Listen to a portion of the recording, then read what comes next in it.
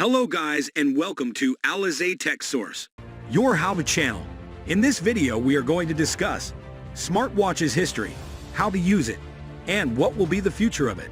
Before we continue our video, make sure to subscribe to our channel and hit the bell icon for more interesting videos. The SmartWatch and Band are the latest in wristwatches. It's perfect for everyday wear and features the highest quality materials. Smartwatches in the world are the fastest growing technology, and it's no surprise that Apple has been the top brand on the market. So what is the history of the smartwatches?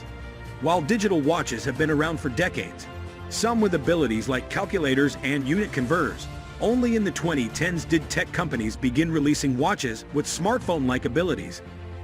Apple, Samsung, Sony, and other major players offer smartwatches on the consumer market, but a small startup actually deserves credit for popularizing the modern-day smartwatch. When Pebble announced its first smartwatch in 2013, it raised a record amount of funding on Kickstarter and went on to sell more than 1 million units. At the same time, advances in silicon miniaturization opened the door to other kinds of dedicated purpose smartwatches. Companies like Garmin, for example, support smartwatches like the Phoenix, which are more rugged and optimized with sensors and trackers to support backcountry expeditions. Likewise, companies like Suunto released smartwatches optimized for scuba diving that withstand extended time at significant depths. So how does a smartwatch work? A smartwatch is a digital watch. The watch contains a small computer that runs on its own operating system. But how does a smartwatch work, and what can you do with it? So, first step is to connect to your smartphone. To use a smartwatch, you need a smartphone. On your smartphone, you install the app that comes with the smartwatch, such as Android Wear or Watch from Apple. By opening the accompanying app on your smartphone and turning on Bluetooth, you can synchronize the watch with your phone. Now your devices are connected, and you will receive notifications from your smartphone on the screen of your watch. For example, you can read emails and messages, view your calendar appointments, or take phone calls. That's useful because you no longer have to worry about missing an important message. Do you think anytime? What can you measure with smartwatch? If the smartwatch has a built-in GPS and heart rate sensor, the watch measures your daily activities. This includes counting the number of steps, stairs, calorie consumption, and sleep patterns. Thanks to GPS, a watch also measures your route during exercise. Is GPS not built into the smartwatch? Then it's often possible to use the GPS signal from your smartphone. For this, it is necessary that you take your phone with you while running or cycling. Can you run applications on your smartwatch? It's possible to install third-party apps in the corresponding app store of the smartwatch.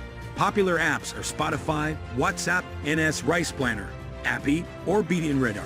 Thanks to these apps on your smartwatch, you no longer must take your smartphone out of your pocket when you do your shopping, when you want to see if your train is delayed, or when you're wondering if you need to bring an umbrella. So what are the types of smartwatches? Broadly speaking, smartwatches occupy two niches in the wearables market. First, a general-purpose smartwatch, like the Apple Watch and most Google-powered Wear devices, blend form and function. They're designed to replace mechanical wristwatches and are heavily smartphone-dependent. Think of them as a support device for your phone that you happen to keep on your wrist. You also see vendor-specific classes of general-purpose smartwatches in the consumer market like Apple Watches are designed and sold by Apple. Wear watches are designed and sold by many vendors, using Google's Wear operating system. Tizen watches are proprietary operating system designed by Samsung for its popular Galaxy line of smartwatches. The other niche includes specialty devices intended for specific use cases. These devices often offer a more robust version of a fitness tracker, insofar as they bleed between a phone-dependent smartwatch and a standalone fitness tracker like a Fitbit. Number 1.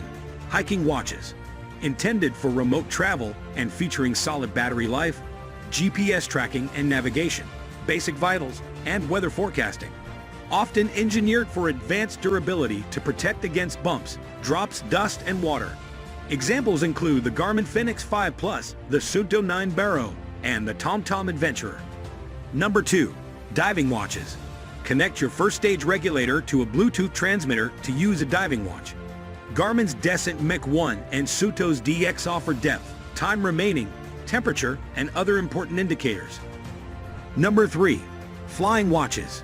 A niche market, but Garmin's D2 Delta PX offers on-wrist pulse ox, a logbook, a GPS-powered moving map, and NEXRAD weather.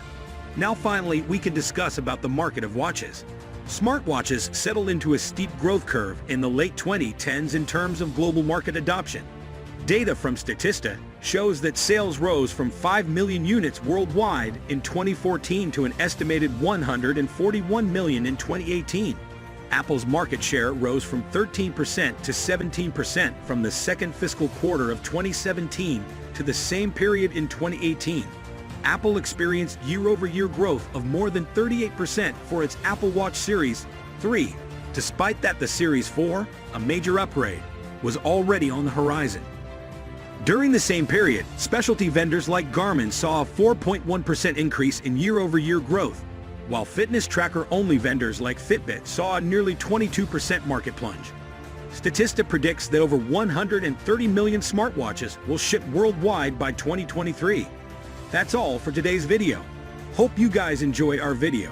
For more videos, make sure to subscribe to the channel and hit the bell icon for more interesting videos. Thanks for watching and have a wonderful day.